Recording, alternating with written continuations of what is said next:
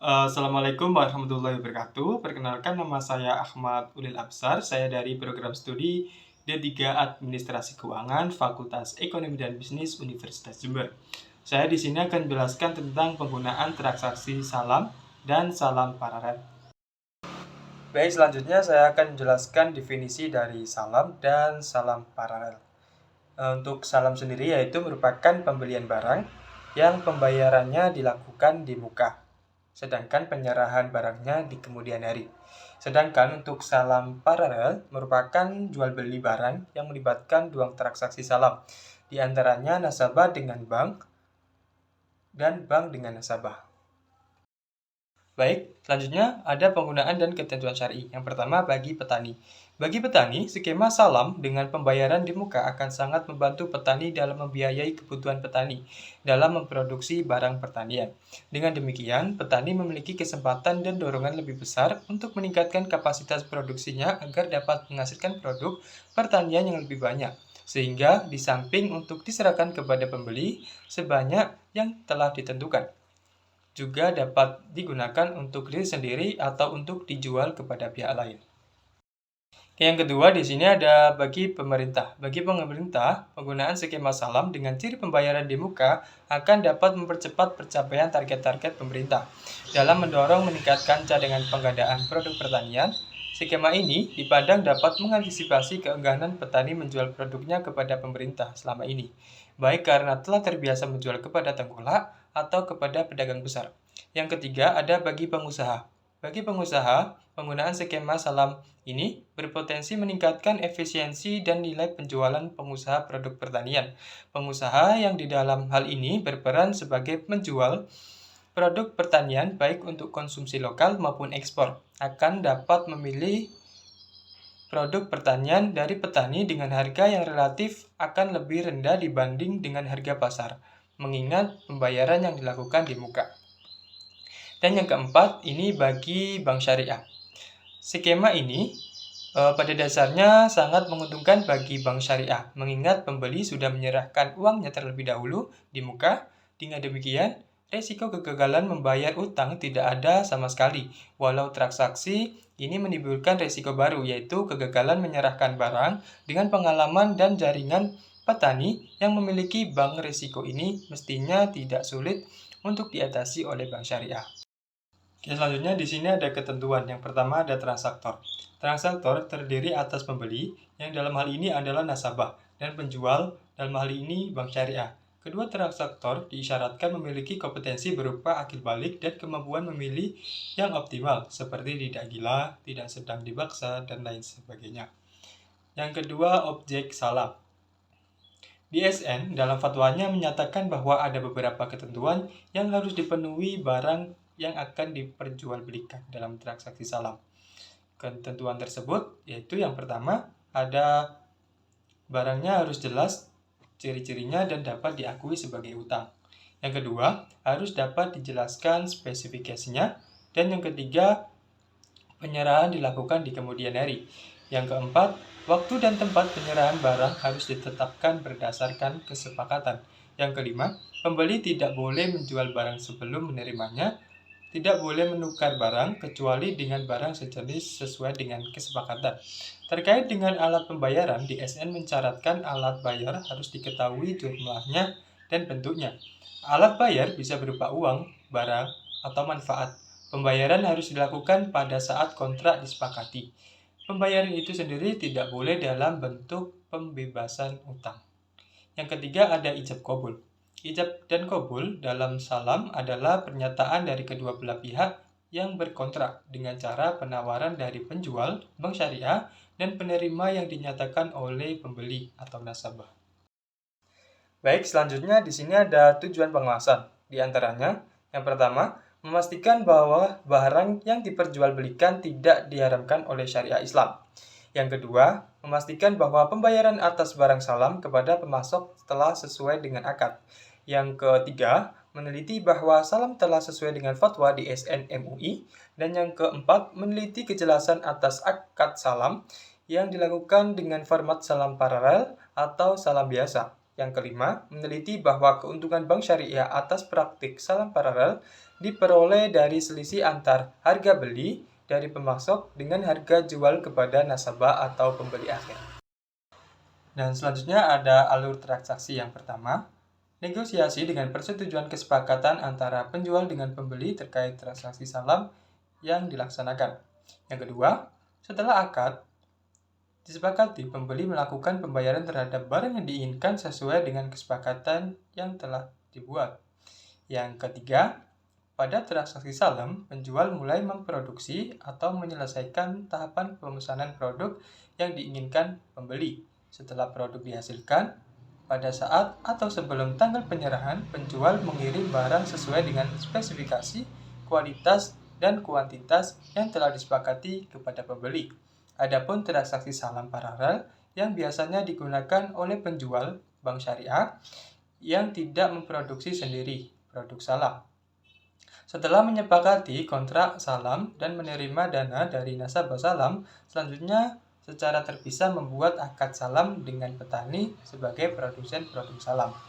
Yang keempat, setelah menyepakati transaksi salam kedua tersebut, bank langsung melakukan pembayaran kepada petani. Yang kelima, dalam jangka waktu tertentu berdasarkan kesepakatan dengan bank, petani mengirim produk salam kepada petani sesuai dengan spesifikasi yang ditentukan. Dan yang keenam, bank menerima dokumen penyerahan produk salam kepada nasabah dari petani. Selanjutnya di sini ada studi kasus yang dimana PT Torik Agro Mandiri membutuhkan 100 ton biji jagung hibrid untuk keperluan ekspor 6 bulan yang akan datang. Pada tanggal 1 Juni 2020, PT Torik Agro Mandiri melakukan pembelian jagung dengan skema salam kepada Bank Syariah Sejahtera. Adapun informasi tentang pembelian tersebut yaitu spesifikasi barang, yaitu biji jagung Mansi hibrid kualitas nomor 2 dengan kuantitas 1000 ton. Untuk harganya 700 juta rupiah dengan harga per ton 7 juta. Waktu pembayaran yaitu 2 tahap setiap 3 bulan sebanyak 50 ton, di mana 2 September dan 2 Desember 2020. Untuk syarat pembayarannya yaitu dilunasi saat akad telah ditandatangani. Dan selanjutnya, untuk mengadakan produk salam sebagaimana diinginkan oleh PT Torik Agro Mandiri, Bank Syariah selanjutnya pada tanggal 2 Juni 2020 mengadakan transaksi salam dengan petani yang bergabung dalam KUD Tunas Mulia dengan kesepakatan sebagai berikut. Spesifikasi barang yaitu biji jagung Mansi hibrid kualitas nomor 2 dengan kuantitas 100 ton, harga 650 juta rupiah dengan harga per tonnya 6.500.000. Penyerahan modal yaitu uang tunai sejumlah 650 juta rupiah dengan waktu penyerahan 2 tahap setiap 3 bulan sebanyak 50 ton 1 September dan Desember 2020. Anggunan, tanah, dan kendaraan senilai 700 juta rupiah dengan syarat pembayaran dilunasi saat akan ditandatangani. Denda kegagalan penyerahan akan kelalaian atau kesenjangan yaitu 2% dari nilai produk yang belum diserahkan. Untuk perhitungannya sendiri, transaksi pada saat akan disepakati yaitu pada tanggal 1 bulan 6 2020, kas atau rekening pembeli, PT Torik Agro Mandiri sejumlah 700 juta rupiah dengan utang salam 700 juta rupiah. Penyerahan modal salam dari Bank Syariah kepada pemasok yaitu pada tanggal 2 bulan 6 2020, piutang salam sebesar 650 juta dengan kas rekening nasabah penjual 650 juta rupiah. Penerimaan barang pesanan dari pemasok pada tanggal 1 bulan 9, persediaan produk salam yaitu 325 juta rupiah dengan piutang salam 325 juta rupiah.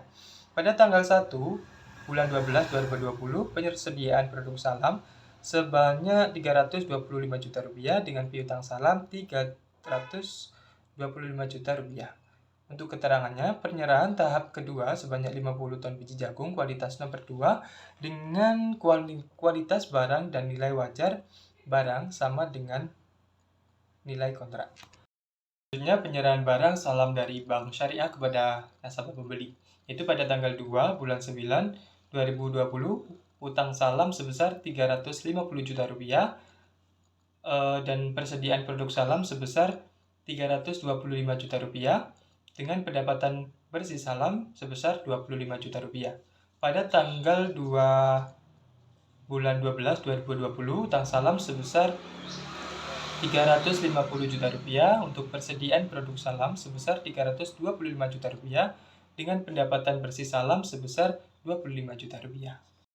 Baik, selanjutnya di sini ada variasi dalam transaksi salam, yang dimana penyerahan modal saham dengan menggunakan aset non-kas. Yang pertama, nilai wajar aset salam non-kas sama dengan dari nilai tercatatnya. Bank Syariah menyerahkan modal berupa uang tunai ke rekening KUD di bank dan berupa mesin pertanian. Piutang salam sebesar Rp25 juta dengan akumulasi pendapatan Rp5 juta dengan aset salam dikurangi mesin sebesar Rp30 juta. Nilai wajar aset non-kas sama lebih tinggi dari nilai tercatatnya. Peralatan tersebut selanjutnya diserahkan kepada KUD sebagai pembiayaan terwujud non-kas, dihargai dengan nilai Rp27 juta. Piutang salam sebesar Rp27 juta.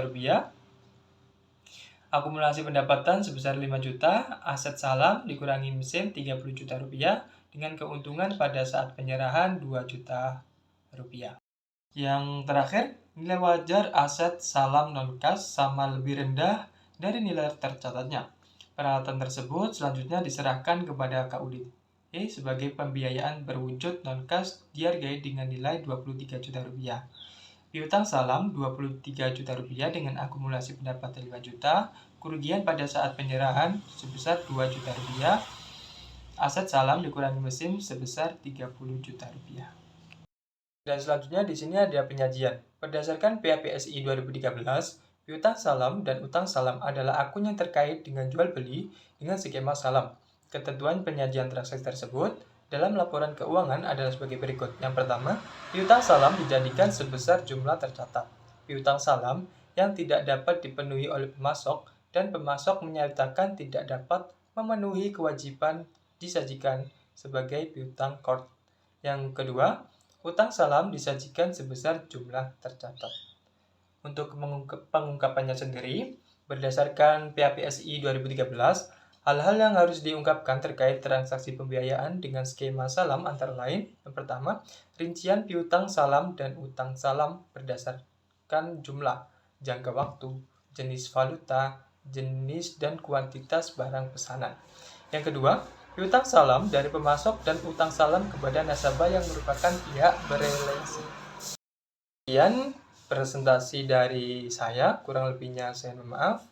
Saya akhiri, wassalamualaikum warahmatullahi wabarakatuh.